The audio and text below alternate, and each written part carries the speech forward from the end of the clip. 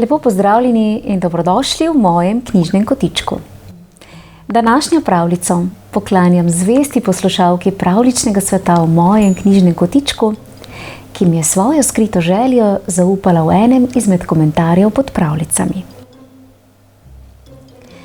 Ste si kdaj predstavljali, kako nenavadno bi bilo, če bi morali svoje mirno in varno domovanje zamenjati za veliko razkošje, ki pa s seboj prinaša tudi strah in nevarnosti?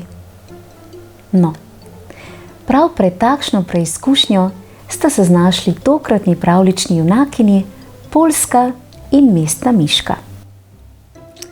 Sedaj pa predlagam, da se udobno namestimo in prisluhnemo pravljični želji zveste poslušalke pravljičnega sveta z naslovom Mestna miška in Poljska miška.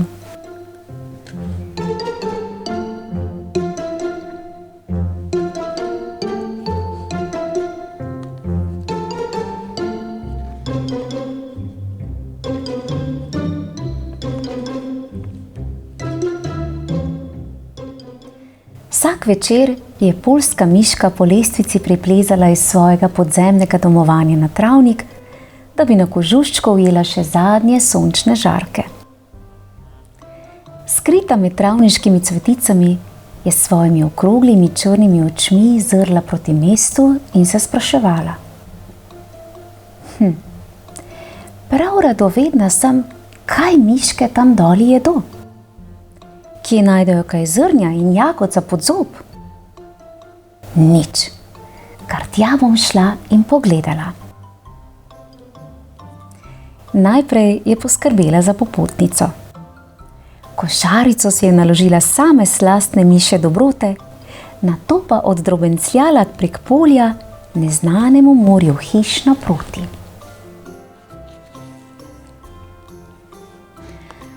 A že pred prvim zidovjem jo je stisnilo pri srcu. Kaj tako visokega in širokega, kot so bile hiše v mestu, še svoj živi dan ni videla. Razdalje med njimi pa so bile sploh kakor nepregledne širjave. Strahoma je begala od enega kamnitega vogala do drugega, dokler ji niso začele boleti nežne tačke. Se ne bi raje vrnila, je pomislila. Saj tu ni nobenega živega bitja. Pst, je zaslišala od nekod. Obrnila se je in uzrla mestno miško, ki je kukala iz luknje v zidu. Sem poljska miška in prihajam iz... Brž k meni, zunaj je zelo nevarno, jo je posvarila mestna miška. Potem se je pognala nazaj v skrivališče in poljska miška ji je ubogljivo sledila. Dolgo sta se plazili po rovu, da poljska miška sploh ni več vedela, kje je. In ko je od razburjenja z glavo zadela ob nekaj trdega, je od strahu spustila košarico na tla in vse dobrote so se raztresle naokrog. Joj! Nesreča, je zastokala. Počakaj, da poberem, kar sem prinesla s seboj. Pomagala ti bom in hvala za vse. Saj boš naša gostja, kaj ne? Jo je povabila mestna miška. Spet sta rinili po rovu naprej, dokler nista končno prispeli do odprtine v leseni steni. Zdaj pa sem noter, je skrivnostno in zaupljivo zašepetala mestna miška. Glas se je kar tresel od ponosa.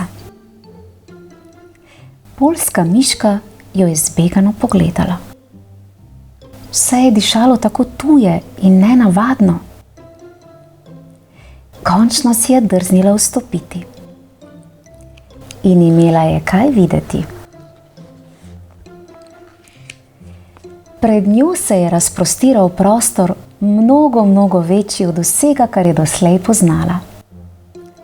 Še celo večji od lisičine in večji od medvedovega brloga. Povsod naokrog pa same čudne neznane reči. Poskusi, zelo je dober. Jo je k velikemu kosu sira povabila mestna miška. Poljsko miško je premagala radovednost in previdno je ugriznila v sir. Bil je dober. Tako dober, da ni mogla nehati jesti vse dotlej, dokler je ni začelo črvičiti po trebuščku. Popij malo čajčka, je prijazno prigovarjala mestna miška. Potem pa lezi in odleglo ti bo. Ko se je poljska miška udobno zleknila in skozi priprte oči opazovala vesel mišji vrvež okoli sebe, jo je preplavilo tisoč vtisov minulega dne in jo zlagoma zazibalo v sladki sen. A še preden je zaspala, je v mislih objela svoj mali domek sredi cvetočega travnika. Zjutraj je bila prva na nogah, trdno odločena, da je nemudoma mahne naravnost nazaj domov. Poslovila se je. Ljuba mestna miška, ne morem ti povedati, kako sem ti hvaležna za vse. Ampak zdaj bi se vseeno rada vrnila. Saj veš kam. Mestna miška je prikimala in sklenila, da prijateljico pospremi košček poti do ceste, ki je vodila iz mesta. Tam sta si padli v prisrčen objem in poljska miška jo je odsvrla proti domu, kolikor hitro se je le dalo. Od sreče jo je kar razganjalo. Joj, kako čudovito je bilo spet teči po mehki zemljici, čutiti na kožuščku tople sončne žarke in srkati vase dehteče travniške vonjave. Ko je bila končno spet v svojem podzemnem rovu, se je izčrpana, pa vendar zadovoljna, udobno zleknila v naslanjač. Minili so 3 dnevi in 3 noči, ko je prek polja zaslišala znan glas. Poljska miška, kje si? Joj, to je zagotovo mestna miška, je pomislila in razburjeno splezala iz luknje. Kako lepo, da si me prišla obiskat, je prisrčno pozdravila obiskovalko. Morala sem, veš, tako sem bila radovedna, kje živiš, je dahnila mestna miška skoraj brez sape. Ampak kakšna obupna pot vodi do tebe in kako me skelijo tačke. Potem pa kar z mano, je rekla poljska miška in jo popeljala do bližnje mlake. V vodo stopi in si jih ohladi, boš videla, kako to čudežno ublaži bolečine. Mestni miški je prav zares kmalu odleglo. Hvaležno se je nasmehnila, razvezala culico in jo ponudila prijateljici. V njej je bil, kaj pa drugega, slastni sir. Hvala, zelo si prijazna, je dejala poljska miška. A ker si danes ti moja gostja, moraš poskusiti naše dobrote. Povabila je meščanko v svoje podzemno kraljestvo. Počuti se kot doma, je dejala.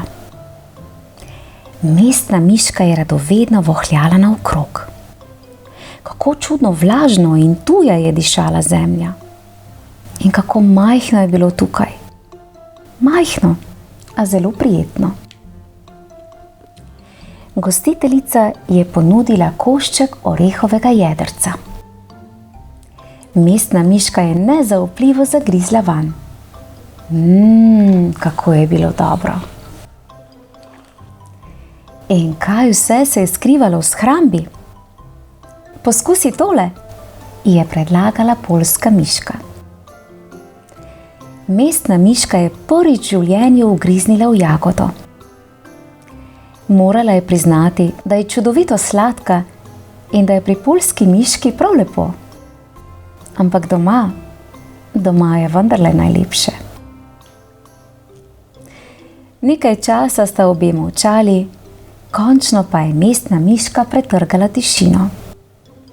Hvala, zares hvala za vse. Te lahko še kdaj obiščem? Seveda, kadarkoli, vedno si dobrodošla, je veselo odgovorila poljska miška. Sir pa mi le pusti tukaj, neznansko všeč mi je. Ti pa ne pozabi na sladke jagode, ko prideš k meni, je rekla mestna miška. Šele ko se je znočilo in je mesec posijal na travnik, sta si dve majhni miši postavici upali čez širno ravan. Ko sta imeli za seboj že lep kos poti in je morala ena naprej, druga pa nazaj, sta se prisrčno objeli in si v en glas obljubili. Še se bova videli.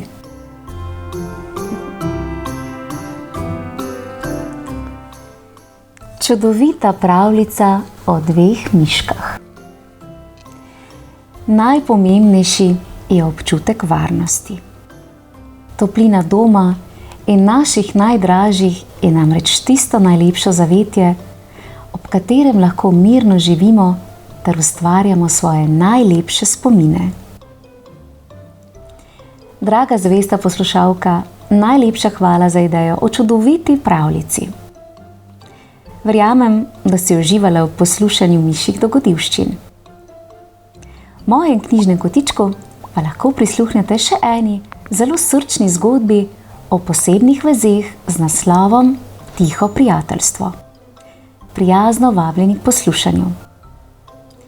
Pravličen pozdravček zvesti poslušalki pravljic ter pa seveda vsem ostalim poslušalcem pravličnega sveta v mojem knjižnem kotičku. Čau, čau!